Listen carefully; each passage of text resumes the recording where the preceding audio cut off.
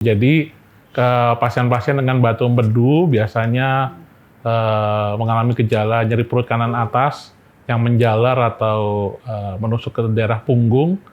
Lalu terkadang jika memang batu itu sudah menyumbat saluran empedu, timbul gejala ikterik atau kita sebut ada mata kuning, jadi kencingnya berwarna teh. Kita sebut sebagai ikterik karena ada sumbatan pada saluran empedunya gitu, Dokter.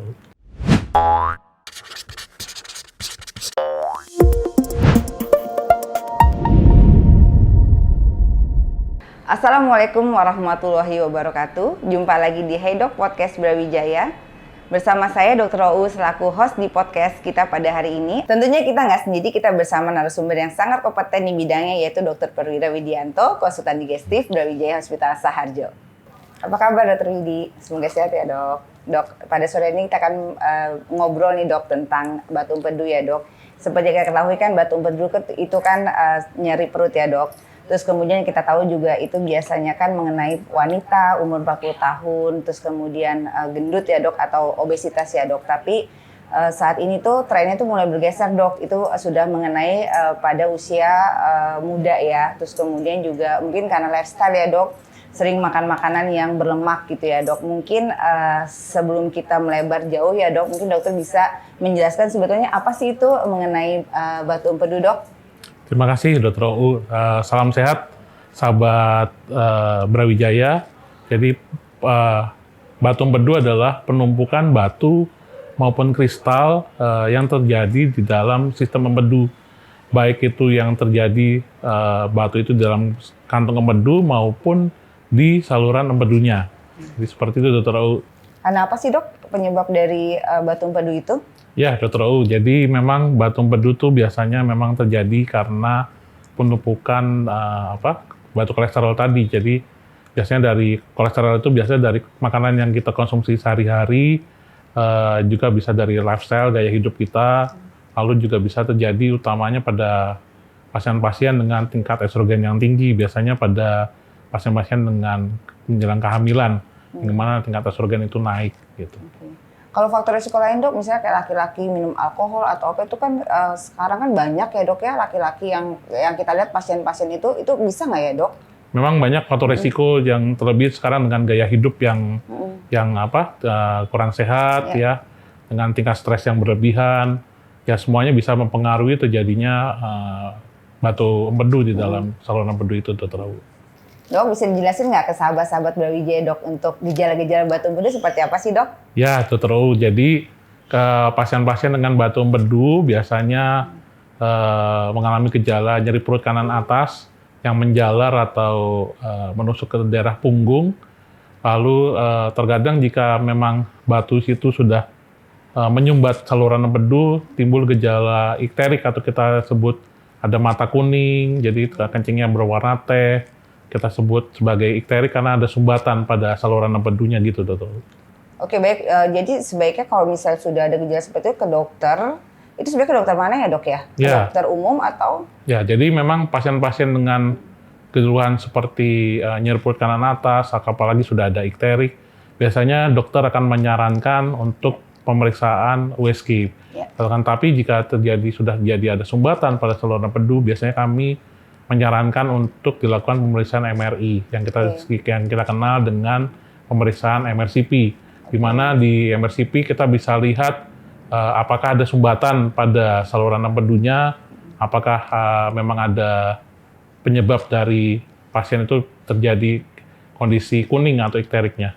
Oke, baik. Berarti sahabat-sahabat Brawijaya kalau seandainya memang ikteriknya atau kuning ya Dok ya, terus kemudian nyeri perut, itu mungkin bisa ke Brawijaya, bisa langsung ke Dokter Widi tentunya ya Dok, Dok. Atau mungkin lewat emergency gitu ya Dok, itu langsung ke dokter digestif atau kita bisa ke langsung ke radiologi atau seperti apa? Boleh Dok, biasanya kami di poliklinik maupun di emergensi akan menilai dulu kondisi pasien, apakah memang ada nyeri perut kanan atas, apakah ada nyeri tekan di daerah perut kanan atas, ataupun dari pemeriksaan fisik kita bisa lihat apakah pasien itu kuning atau jaundice.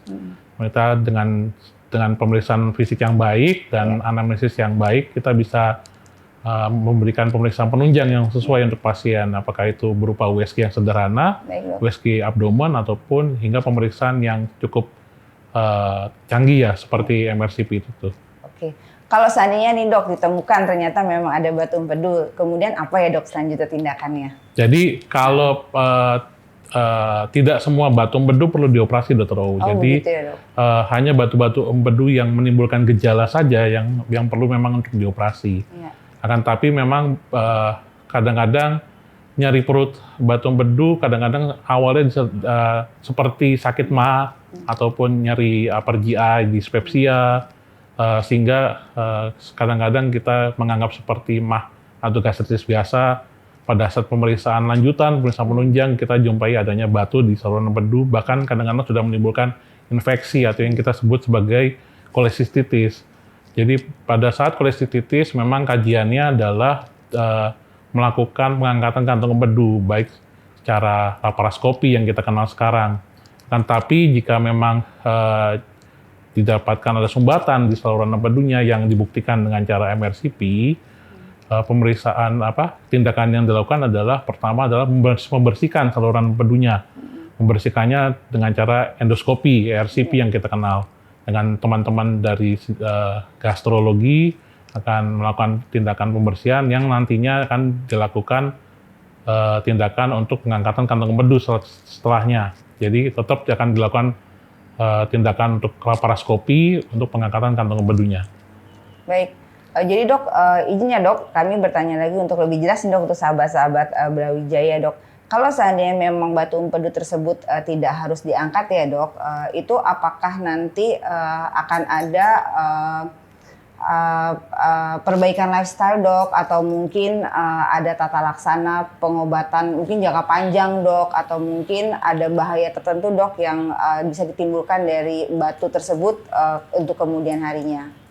Jadi memang batu di dalam kantong empedu jika menimbulkan gejala memang kita sebut kolesistolitiasis simptomatik memang harus diangkat gitu. Tetapi memang jika tidak bergejala memang tidak perlu diangkat sementara.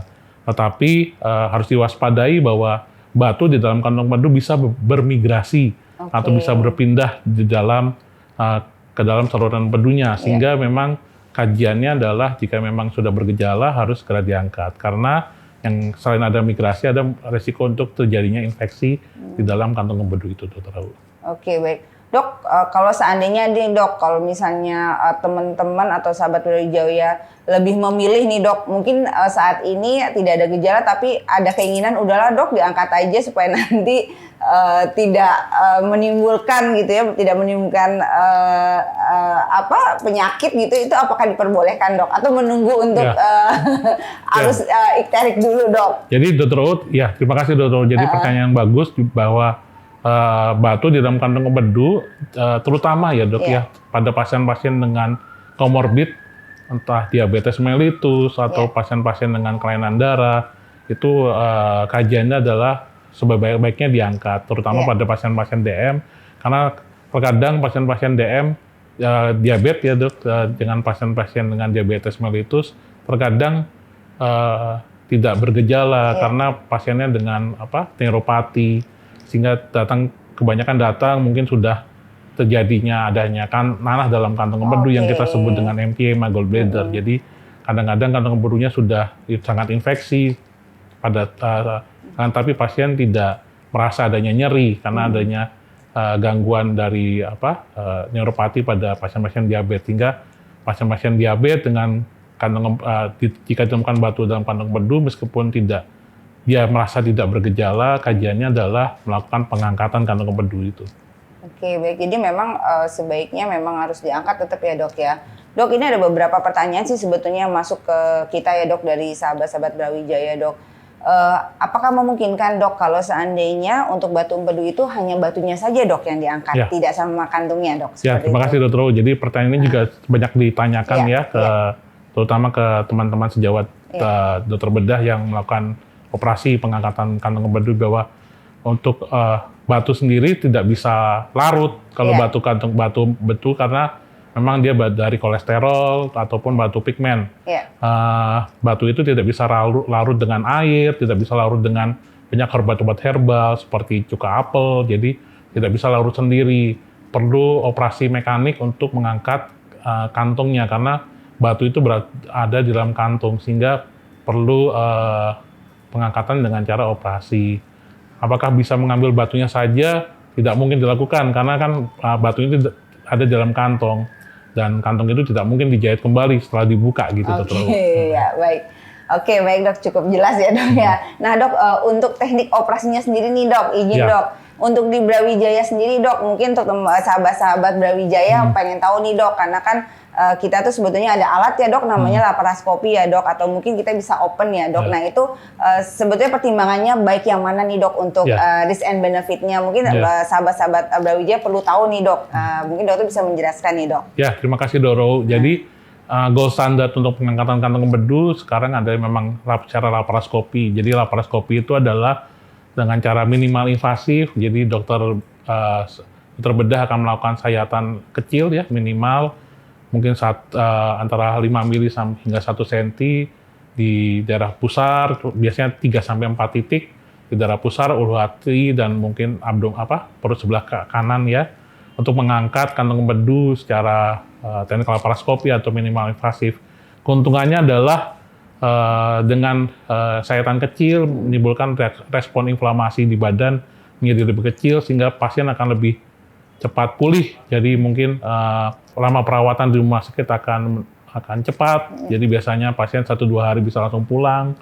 Lalu dengan sayatan kecil pun, sehingga kosmetik juga secara tidak langsung akan baik karena sayatannya kecil, pasien otomatis lukanya juga akan kecil, sehingga pasien juga akan lebih senang karena akan mengurangi resiko. Kalau dulu memang untuk operasi dikatakan sayatannya menjadi besar, tapi karena dengan keunggulan laparoskopi sehingga sayatan menjadi minimal, sehingga kita sebut operasinya sebagai minimal invasif.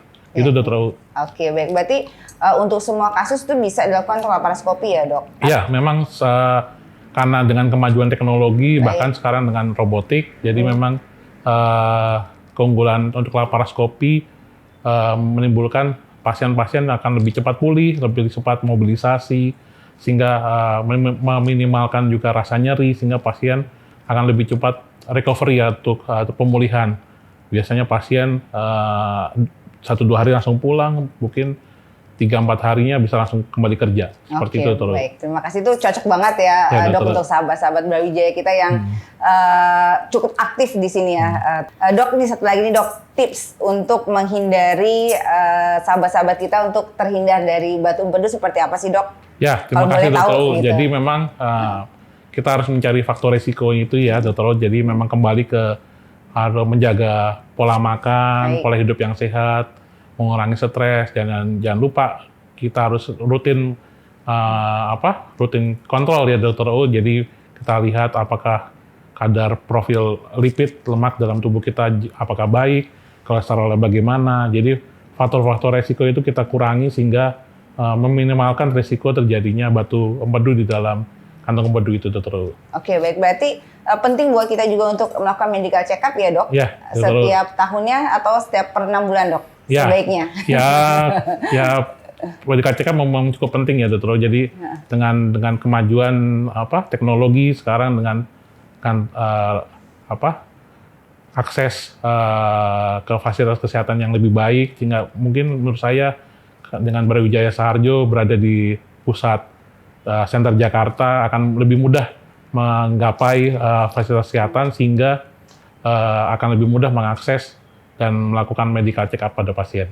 Wah, banyak sekali ya dok pengetahuan yang dokter berikan pada sore hari ini. Jadi kalau misalnya ditemukan gejala seperti nyeri perut pada kanan atas, kita harus datang ke dokter digestif ya dok, dokter Widi kalau untuk di Brawijaya Saharjo ya dok. Kemudian untuk setiap tahunnya kita harus medical check up. Terima kasih dokter Widi, penjelasannya pasti bermanfaat buat sahabat Brawijaya. Jangan lupa untuk subscribe, komen, like, dan share video ini ke sahabat dan juga keluarga. Saya Dr. U pamit. Makin paham, makin sehat.